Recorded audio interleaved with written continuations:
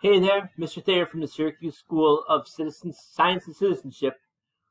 Grade 3 math lesson for you today. We are, again, going to do a little bit of estimating today. I'm going to walk you through a couple problems and then get you right into the exit ticket. So here we go.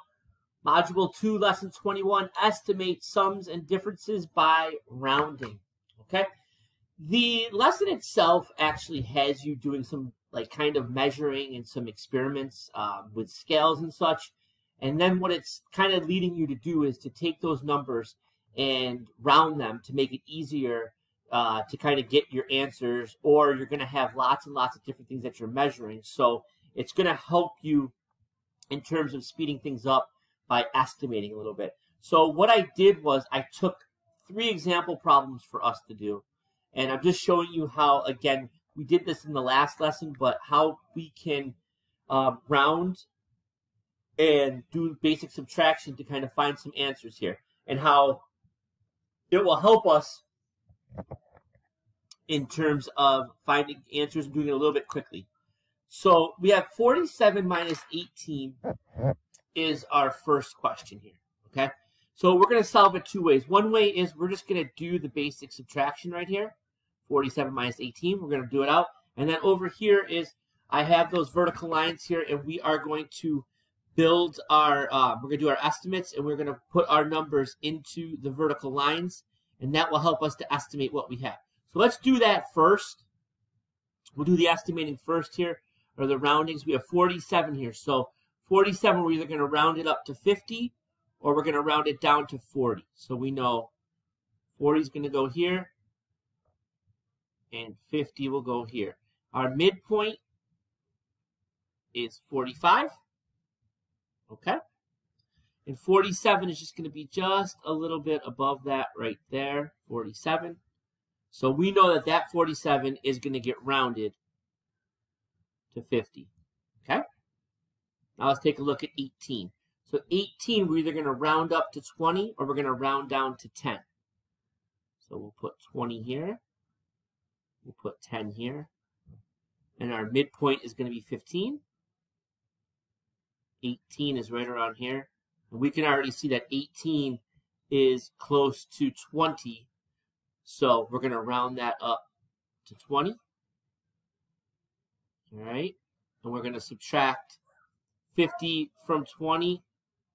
And we get an answer of 30. Okay.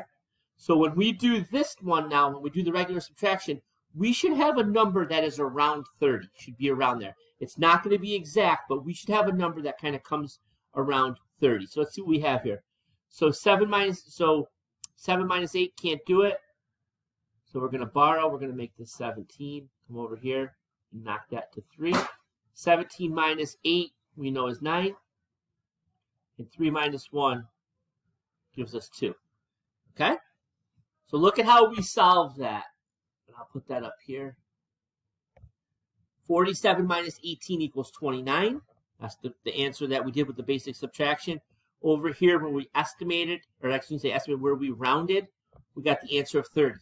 So that was only off by 1. So that's a great way for us to, kind of save some time and just round those numbers and get kind of an idea of what we're looking for. All right? See how easy that came out?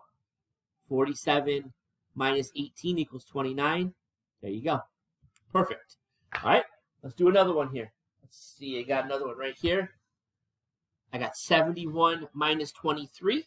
So let's do the rounding first. Then we'll come over here and we'll do this answer. So 71, all right, either we're going to round that up to 80 or we're going to round it down to 70.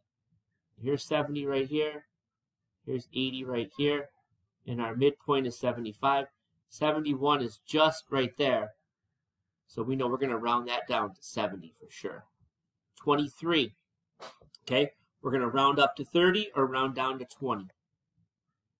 There's the 20. There's the 30. 25 in the middle. Okay, 23 is right around there. Okay, we know we're going to be below. Yep, we're going to round down to 20. So 70 minus 20 gives us 50. Okay? Gives us 50 right there. So our answer should be close to 50. All right, with our rounding here, let's see if this is close to 50. So here, can't take 1 away from there. So we're going to make that 11, make that 6. 11 minus 3 gives us 8, and 6 minus 2 gives us 48. Okay, so our answer is 48 right there. And look how close we were. We had 48, we had 50. All right, our actual answer was 48, and when we rounded, we got 50. Okay, so see how we just rounded those and made things a little bit quicker for us? Awesome. Okay, this is, like I said, these are one of these things that you have to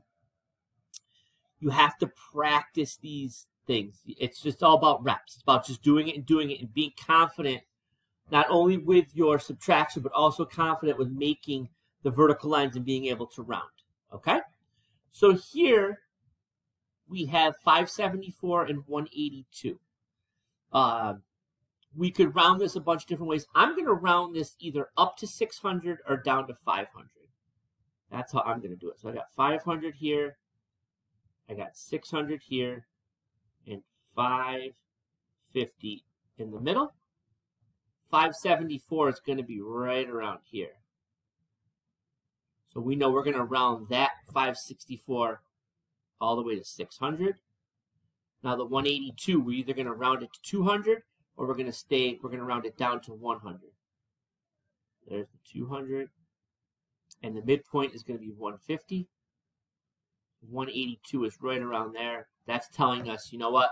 We're going to round up to 200. So we're going to have 600 minus 200, and that is going to give us an answer of 400.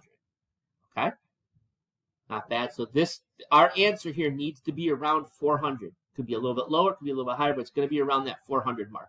Let's see what happens when we do the subtraction here. 4 minus 2, we know we can do. Okay? 7 minus 8 can't do it. So we're going to make this a 17. We're going to borrow. This is going to become a 4. 17 minus 8 is 9. And 4 minus 1 is 3. Okay, so our answer is 392.